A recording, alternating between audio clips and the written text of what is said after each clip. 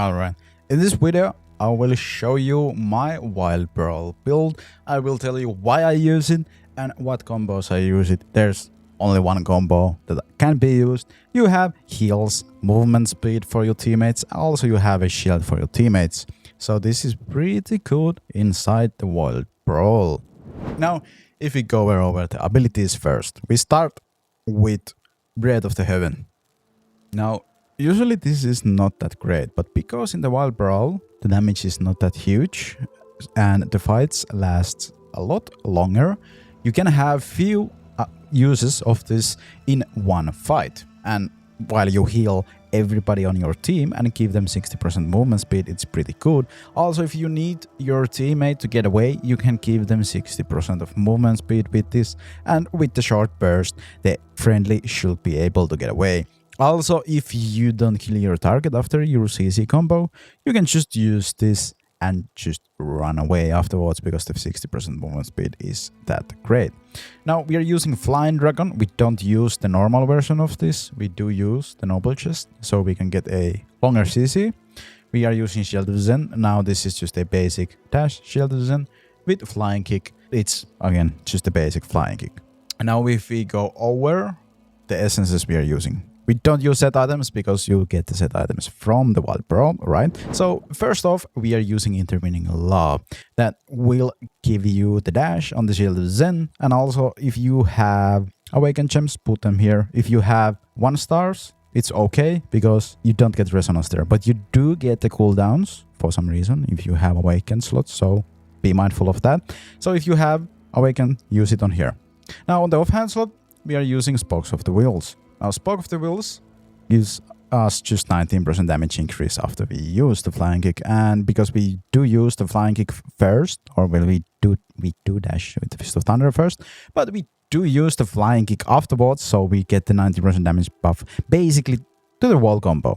Now, with the Flying Kick, we are also using the Legendary Shoulders that will give us 450% increased damage to shielded enemies. This will make sure that even if there are enemy monks that has shielded Zen, you can just kick them once and they will get CC. Because there is being a silent nerf to shielded Zen. But more about that in the future upcoming video. So subscribe if you want to see that. Now we do have in pan slot, we do have extra charge for the Flying Dragon. And this is must have because with this we can have almost 10-second CC combo, and if we are lucky we can CC the whole enemy team and our team afterwards can just deal with them. So this is really good, but we do need the Noble Chest with this. It gives us aerial acrobatics, which will knock enemies up on the first cast. Now you have a slight window to do basic attacks while he is knocked up, and on the second cast you will dash there and do a aerial combo to the enemy. Also, if you have other ones around you that did not get knocked up, they will be knocked up if they are close enough after you dash to the enemy. So you can cast this if you hit one enemy and you didn't hit the other one and he's close enough, you can just cast this and get him to the CC too. Now, I like to use the Pensive Crown. You can use the one which just takes away all your harmful effects after you use the Shield Zen. But again, I'm using Modest Lament here, rank 10, getting the gen of cooldown reduction, so I can have 100% uptime on the Shield Zen. That is the reason why I want to have this on. You can use the other one, but I like the 39 shield duration because it's just nice to have CC immunity basically all the time if your shield doesn't get broken. So I personally like this. Let's go over the CC combos. Now the basic CC combo is pretty simple. You just go in with Fist of Thunder, followed up with Flying Kick, and immediately drop a Flying Dragon on the feet of the enemy. They will get knocked up. You do some primary attacks, and then you must use the Flying Dragon before the timer goes out. And after you get down there, it has been 3 seconds, so you can kick them again. So immediately when you do get down, you use another Flying Kick to the enemy, so they get knocked again and immediately use your last Flying Dragon on them. And again, you can use few primary attacks, and afterwards you just use your second cast of the Flying Dragon. And once again, once you get down, you just immediately use your Flying Dragon.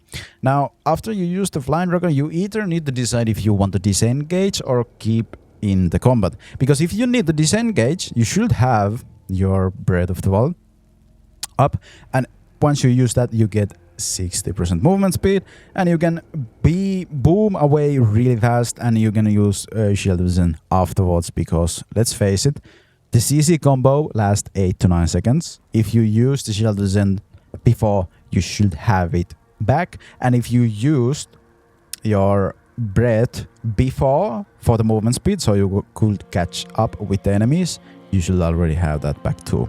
So if you use the full combo, you should have them both, so you can easily get away.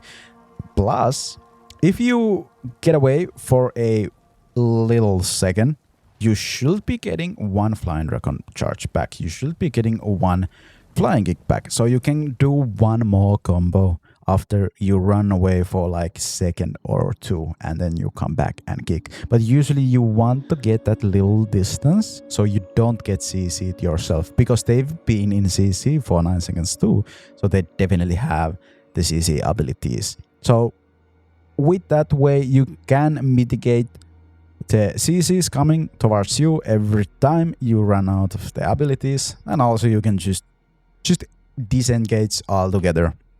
And also, if you are getting smashed and you want to get away, you can just use the Breath to just get the movement speed and just boom away. And also remember, in Wild Brawl, there are a few tips I'm gonna give you. You want to stay with your teammates. Well, that's pretty self-explanatory. You should play team game with your team, of course.